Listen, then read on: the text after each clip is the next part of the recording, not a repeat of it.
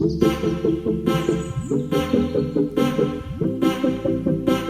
साथियों, मैं अमरदीप कादियान। नमस्ते, प्रणाम, सलाम वालेकुम, सत श्री अकाल, जय मसीह की, राम राम जी, जय माता की।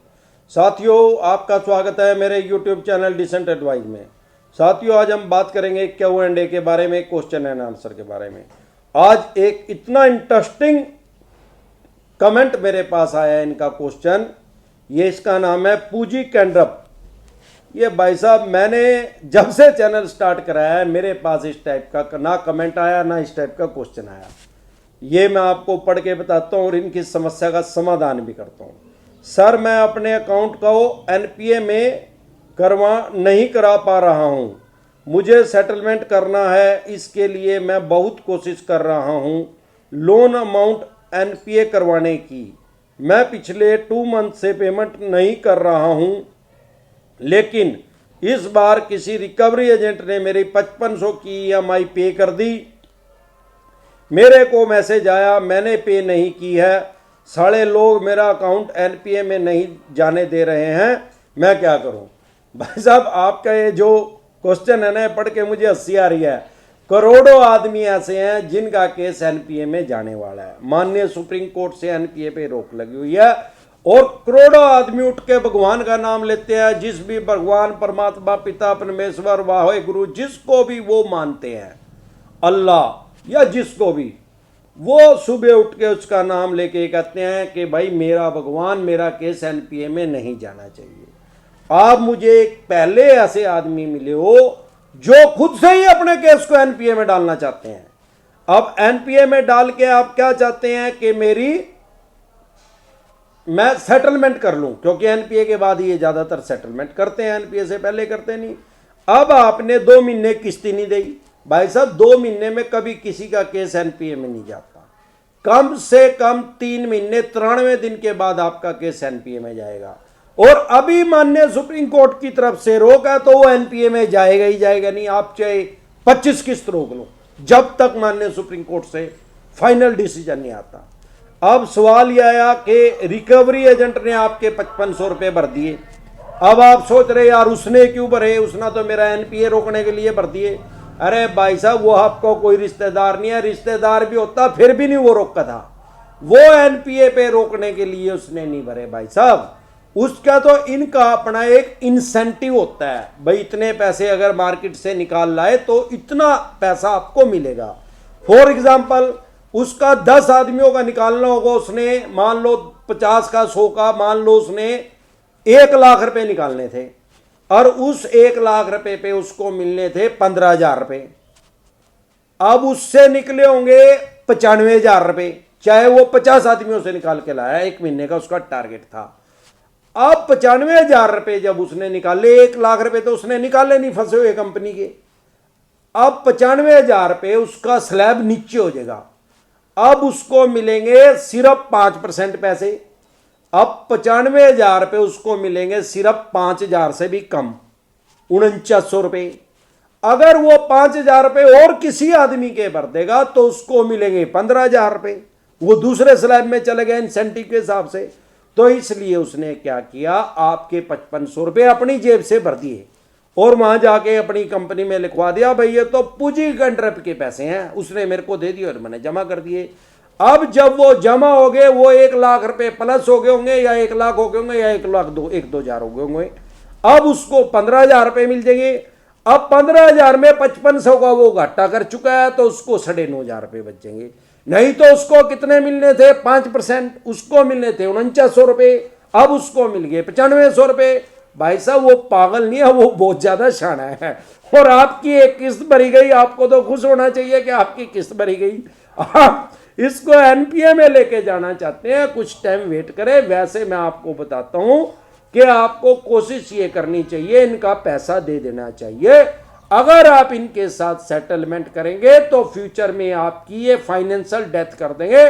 कोई भी बैंक या NBFC कंपनी सारे देश में आपको लोन नहीं देगी।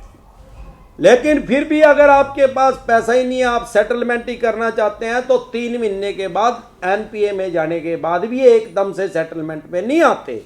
पहले तो इन्होंने 54 छाप रिकवरी एजेंट आपके पीछे लगाई रखे होंगे, डैम श्योर है।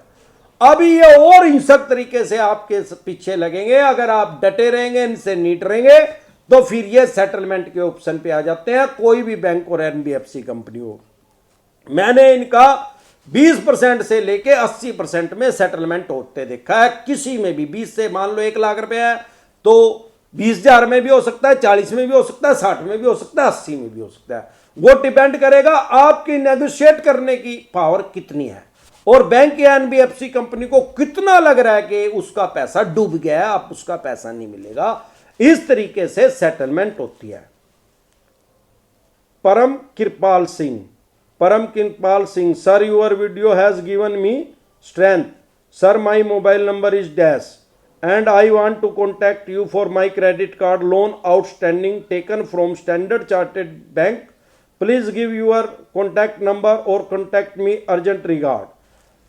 देखो परमजीत जी, सबसे पहली बात यह है कि मैं फ़ोन पे किसी को जवाब नहीं देता, ना ही मैंने अपना फ़ोन नंबर किसी को डिस्क्लोज कर रखा है। क्यों? क्योंकि मेरे पास भाई साहब सैकड़ों कमेंट आते हैं एक दिन में, सैकड़ों आदमियों का जवाब मैं कैसे दे पाऊंगा। और मैं और भी कुछ बिजनेस व्यापार काम धंधा कई करता हूं, तो मेरा सिर्फ ये ही काम नहीं है, तो मैं दे नहीं पाऊंगा। हाँ, आप कमेंट में आपकी जो भी परेशानी है, लोन से भी अलावा किसी भी तरह की कोई भी परेशानी है, तो मैं आपको उसकी डिसेंट एडवाइस दे दूंगा। अभी कुछ टाइम पहले एक लेडीज ने कहा था कि मेरे हस्बैंड की मेरे साथ लड़ाई बजी हुई है, उसमें कमेंट उन्होंने मेरे से किया था, सवाल पूछा था क्या वो मेरे बैंक की डिटेल निकलवा सकते हैं क्या। उसका जवाब मैंने ये दिया था, भाई अगर आपका ज्वाइंट अकाउंट है, ज्वाइंट अकाउंट में तो आपकी डिटेल निकलवा सकते हैं। अगर आपका अलग इंडिविजुअल अकाउंट है तो उनके पास कोई पावर नहीं है आपका बैंक स्टेटमेंट निकलाने की। कोई भी बैंक आपकी स्टेटमेंट उनको नहीं देगा। तो आपकी जो प्रॉब्लम है, जो समस्या है, वो आप मुझे बताइए, मैं आपको डिसेंट सलाह उसकी दे दूंगा, नो प्रॉब्लम। कोई फिर भी दिक्कत परेशानी रह जाए मैं दोबारा बता दूंगा आपको, अगर ना समझ में आए। कोई ज्यादा बड़ा टॉपिक होगा, मुझे ऐसा लगेगा यही समस्या लाखों आदमियों की है, तो मैं उस टॉपिक पे एक वीडियो ही बना दूंगा, आपको अपने आप से समझ में आ जाएगी। आपके किसी यार प्यारे रिश्तेदार को दिक्कत है तो उसको बता देना, मैं उसके टॉपिक पे बना दूंगा। कोई दिक्कत परेशानी नहीं आएगी, आपको समस्या का समाधान कर दिया जाएगा फ्री में। ये सर DHFL होम लोन 2 बार स्ट्रक्चर को मना कर चुका है, मेल किया पर मना कर रहा है, क्या करे। एक बार और कर दो भाई साहब, 5 दिन का टाइम हो रहा है अभी, एक बार और कर दो। आशु कुमार, कादियान साहब, ऑनलाइन रिस्ट्रक्चर के लिए क्या प्रोसेस है। मेरा होम लोन सिंडिकेट बैंक से है जो अब मर्ज हो गया है कैनरा बैंक से, प्लीज एडवाइज मी।